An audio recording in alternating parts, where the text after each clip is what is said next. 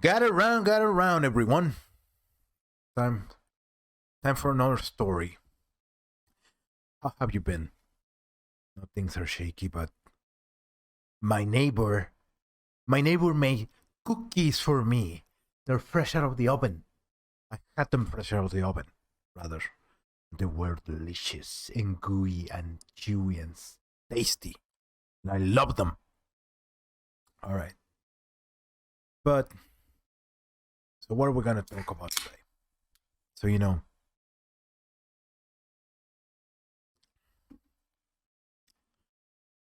well, I've been taking a lot of time to reflect on things, and performing on your day to day is complicated because you have to deal with a lot of people, and everyone is entitled to their opinion, and there's so many differences and things to deal with among every one of us that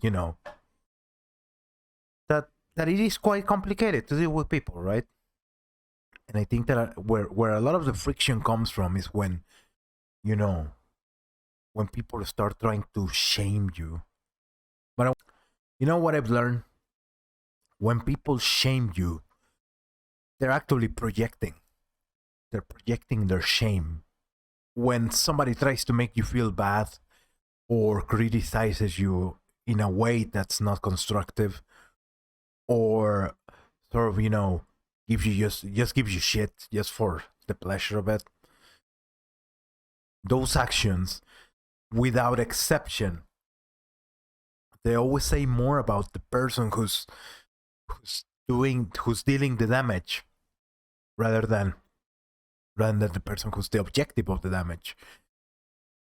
If in your office, in your workplace, you have, I don't know, some kind of like disagreeable boss or disagreeable colleague, or some kind of person who's like trying to make your life hell, constantly giving you shit that you're not productive enough, that you're not good enough, that you're not smart, that you're dumb, that you're ugly, that you're unlikable, and all that.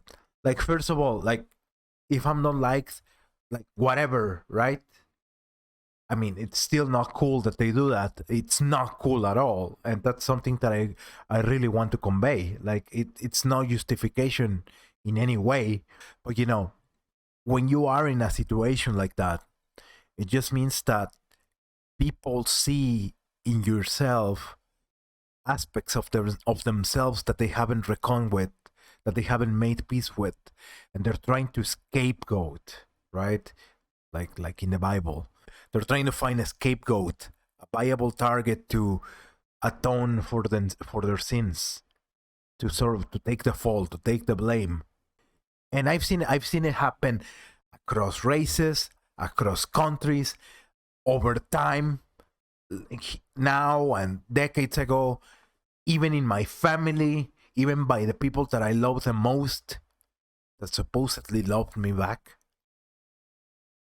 I am pretty convinced of what I'm telling you about.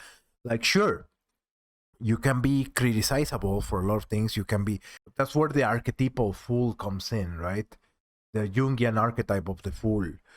You can be a fool at many things, but that's kind of part of the process of maturation, part of the process of actually becoming good.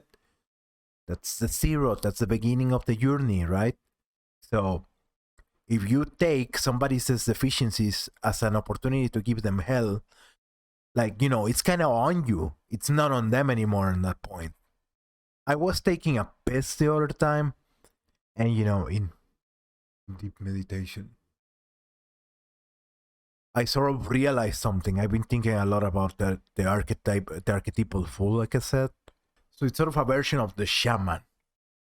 It's a wounded wonder. It's someone who goes around like causing chaos, being a little bit of a trickster, of a prankster, to sort of to elicit change on things, right?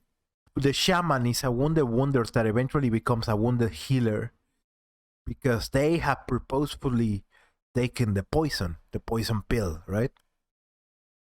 Pray tell, you may wonder. So what's the difference between just your average random hater and the archetype of the fool, the holy fool, archetypically? Like, why is the holy fool okay and why is a hater not okay? Well, because the holy fool is willing to put themselves in ridicule for it. The holy fool is putting their neck out, putting themselves out there, risking something. They're sacrificial. That's what distinguishes the archetypal fool from just a hater. From just a hater.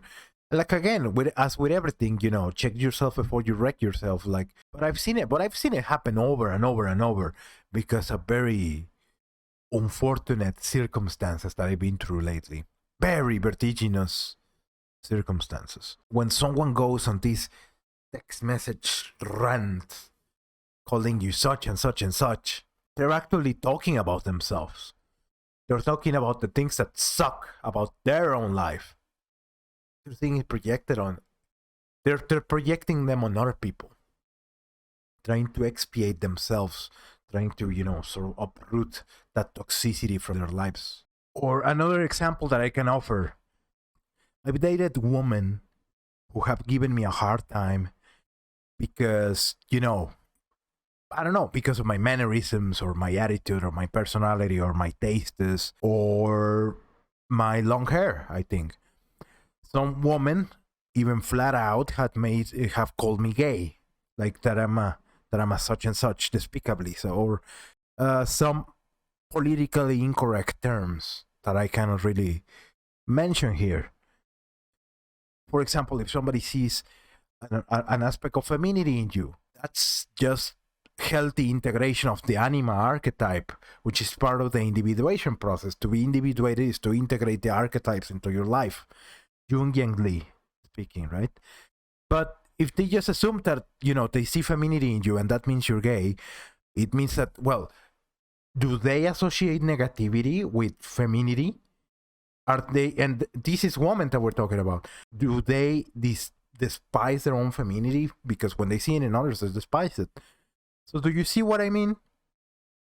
It's all about the self. If you're a happy person, you have no need to go around dunking on people, shaming people, because to you everything is love. Because you love life, you love the world, you love yourself. If you're unhappy with your life, if you need to make some changes to your own life, then you may feel compelled to do that kind of thing, to go around hurting people because you've been hurt yourself.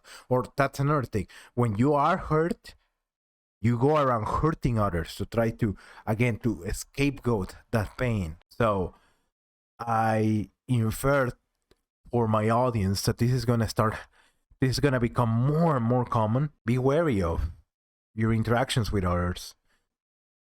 Don't trust easily, okay? And if somebody tries to, to do something shitty to you, like take a stand for yourself. Don't just take it passively like a good boy, because you gotta take a stand, right? If you're in a situation where people betray you or something, just walk away. At that point, it's like they decided to do that. Betrayal is a choice; it's not an accident. Yeah, but wherever you are right now, though, I hope that you're doing great, and please take care. Yeah, I know that the situation is kind of tough out there. Remember that no matter what, you can count on me. I'm your good old friend over here. And besides that, very very interesting news on my life, very interesting developments, and I'll be happy to share more as as things start happening for me. So very happy. All right, talk to you later.